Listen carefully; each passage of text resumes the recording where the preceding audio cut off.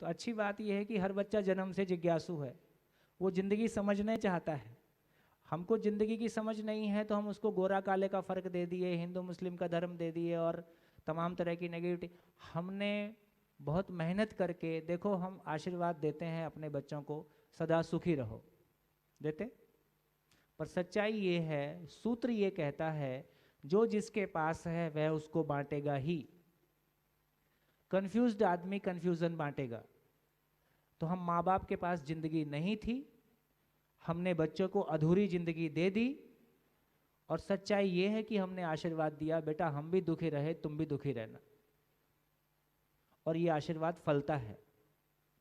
हर पीढ़ी के साथ ये आशीर्वाद फलता गया।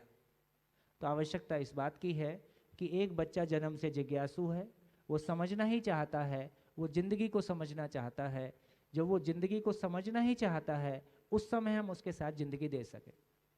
अभी रायपुर में कुछ पेरेंट्स के साथ में मीटिंग चल रही थी, तो पेरेंट्स बड़े सीरियस थे कि हम अपने बच्चों को क्या दें और अपने बच्चों के साथ कैसे जिएं।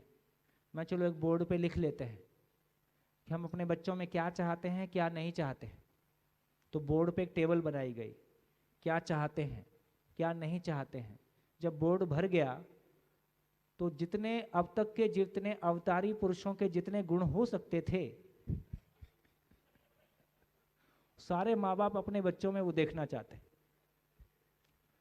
तो मैंने कहा बस एक ही काम करना है, ये बिल्कुल मुश्किल काम नहीं है, जितने गुण आपने बोर्ड पे लिखवाए हैं उतने गुणों के साथ आप जी लो, आपको देख के आपका बच्चा ऐसा जी लेगा।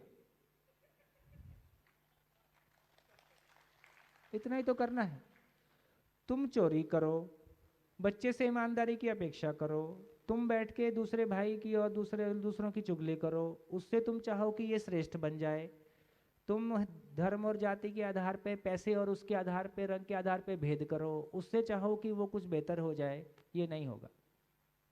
तो एक माँ बाप की अपने बच्चों के लिए सबसे बड़ी गिफ्ट है कि उसके माँ बाप और उसका वातावरण एक सही आचरण के साथ जीते हुए उसको दिखाई दे जाए।